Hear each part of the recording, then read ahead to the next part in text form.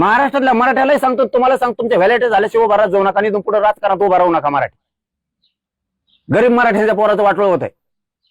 मला ह्या प्रकरणात पडायचं सुद्धा नव्हतं, मला गरज नाही याच्यात, पण या नावाखाली हे मराठ्यांचं वाटोळ करायला लागलेत म्हणून या प्रकरणात मला पडावं लागलं. हे मीडियाला चालत नव्हते तर मीही बोलत नव्हतो. त्याला सत्याचा विजय म्हणता बरं तुम्ही भिकारड्या हो. काय पायदेशी आहेत अवलादी तुमच्या. तुमचं एखादं लेकरू नोकरी गेल्यावर आम्ही असाच आनंद व्यक्त करायचा का आता? तुमचं जर एखादं पोरग नोकरीतून गेलं असं गेलं आम्ही पण इथून पुढे हीच तुम्हाला रूढ पाडायची का आता? याला सत्याचा विजय म्हणते. अरे खोटरडेपणाने सगळं दबावापोटी तुम्ही मंत्रालयात बसून बसून हे रद्द करून घेतलंय. आमच्या विखे पाटलाला रोग आलेत का फोन लावायला? ओबीसीचे रद्द करण्यासाठी फोन लावते. हे टाळाटाळा बोलतात ना बाकीचे, शेलार, विखे, चव्हाण, हे राणे, दरेकर, यांना बोलता येत नाही का आता मराठ्यांचा कमी वाटोळा करता म्हणून? तुम्हाला बोलता येत नाही का बोलत नाही तुम्ही? मराठ्यांचे नेते म्हणताना स्वतः तुम्ही का बोलत नाहीत?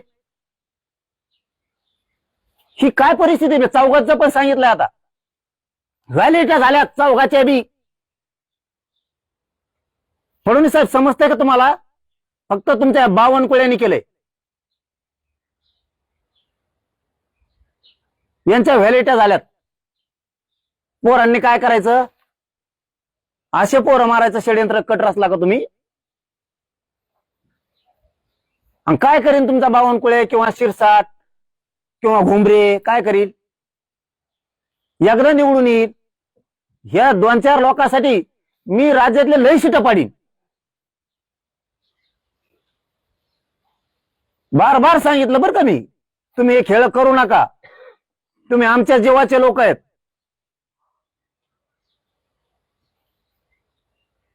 आमच्या जीवाचे लोक आहेत तुम्ही. वारंवार सांगितलं मी, लाड साहेबापाशी सांगितलं, ते बावनकुळेला चांगला माणूस, त्याला म्हणा काड्या करू नको. परत एनआयसी वर घेताना मी त्या दिवशी लाड साहेबाला सांगितलं होतं, एनआयसी वर अपलोड करताना मला पुन्हा अधिकाऱ्याचा फोन आला. 2 दिवसांनी लाड साहेबाला सांगितलं होतं मी, बावनकुळेंनी फोन करून सांगितलं एनआयसी वर ते नोंदी घी, आपल्याकडून चुकलंय एंडोर्समेंट करून. हे बावनकुळेने अधिकाऱ्याला सांगितलंय. त्यांनी ते एनआयसी वर घेतल्या, पण 2 दिवसांनी मला सांगितलं पुन्हा की बावनकुळेंनी सांगितलं सध्या तात्पुरतं घे, नंतर रद्द करू आपण. हे लगेच लाडला सांगितलं लाड साहेबाला मी ताबडतोब, या असा डाव आहे, रद्द पुढे चालून होईन बरं काय? ते म्हणले अजिबात होणार नाही. मी फडणवीस साहेबाच्या कानावर टाकतो. फडणवीस साहेब काहीच बोलले नाही, याचा अर्थ मुख संमती त्यांची. त्याला तुम्हाला लय बेजार केली मी. मराठ्यांनी सावध व्हा. प्रमाणपत्र हे नोंदी सापडलेले आपल्या समाजाचं किती खरं असलं तरी असंच हाल होणार आहेत. कुणी मराठ्याच्या समन्वयकांनी, काही मराठ्यांच्या अभ्यासकांनी, मराठ्यांच्या विरोधात असणाऱ्या ओबीसी काही नेत्यांनी आणि सरकारने जर काही गैरसमज पसरला तर पसरून घेऊ नका. कारण त्यांना मला एकटं पाडायचंय आणि बाजूला सरकायचंय. त्यांना माहिती आहे कुणाचंच होत नाहीये, ना सरकारचं होतंय ना विरोधी पक्षाचं होतंय. त्यामुळे त्यांना मला एकटं पाडायचं आणि बाजू सरकायचं. इतके सत्य पुरावेत आपले. महाराष्ट्रातल्या सगळ्या मराठ्यांनी पुरावे बघितले असतील गठ्ठे. हे असून सुद्धा रद्द करा म्हणून दबाव आणलाय. काय इतका आहारी गेले ते शिरसाट साहेब मला कळत नाहीये. इतक्या मधल्या काळात चांगलं काम केलं त्या माणसानं. आम्ही वारंवार मीडियात नाव घेतलं त्यांचं, पण आता हे शिंदे साहेबाकडूनच कट असेल तर त्या उदय सामंत साहेबाची यांची मरमरच व्हायला गेली ना, शंभूराजेंची त्यांची. कारण त्यांच्याच ऑफिसमध्ये मराठ्यांच्या विरोधात करणाऱ्या ओबीसींच्या बैठका होत्या. प्रवक्ता उड्या का आणतो ते मराठ्याच्या लोकांनी बघितलं.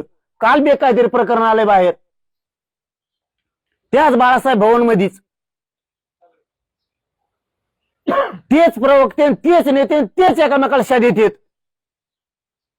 तिथं काय करतो शिंदे विरोधक येतो हा. तू शिंदे बाळासाहेब भाऊला काय करतो एकनाथ शिंदेच्या प्रवक्त्या संघ. किती साधा सोपा विषय. महाराष्ट्रात येडे नाहीत मराठे शिंदे साहेब. फक्त तुम्हाला जातवान मराठा समजेल होतं म्हणून आम्ही जेव्हा फार प्रेम करत होतो तुमच्यावर. आता पवार साहेब म्हातारे झालेत. अजित दादा आणि शिंदे साहेब आता मराठ्यांचे पक्षातले म्हणून मराठी तुटून दोघांनाही मतदान करत होते का खोटं इथं उभा राहिले सगळे. कारण त्यांच्यात कोणी लिडर नाही राहिला मराठ्याचा पक्ष नाही राहिला. शिंदे साहेब ते खरंच वेळ येणार आहे आमच्यावरती सगळ्यांवरती की ते उद्धव ठाकरेच बरा की काय म्हणायची. आणि बराच म्हणावं लागेल तुमचा गदारीचा डाग आम्ही पुशिलाय. आम्हीच सांगितलं त्यावेळेस मीडियात जाहीरपणानं की तुमचा पक्ष फुटू तिकडे काय होऊ. शिंदे साहेब नोंदी शोधायला प्रयत्न करतात. आम्हाला काय देणं घेणं नाही तुमच्या भांडणाशी. आम्हाला जे देणार आहे त्याचे उपकार ठेवले पाहिजेत. ह्या मताचे हे उपकाराची परतफेड करता तुम्ही आमच्या. म्हणजे आम्ही लोक अंगावर घ्यायचे. लोक पैसे घेतात कचाकची प्रचाराला कशाला. तुमच्या आठाण्याला हात लावला नाही दाखवून द्या. तुम्ही जर जातवाद नसताना शिंदे साहेब दाखवून द्या कुठं पैसे पद काही घेतले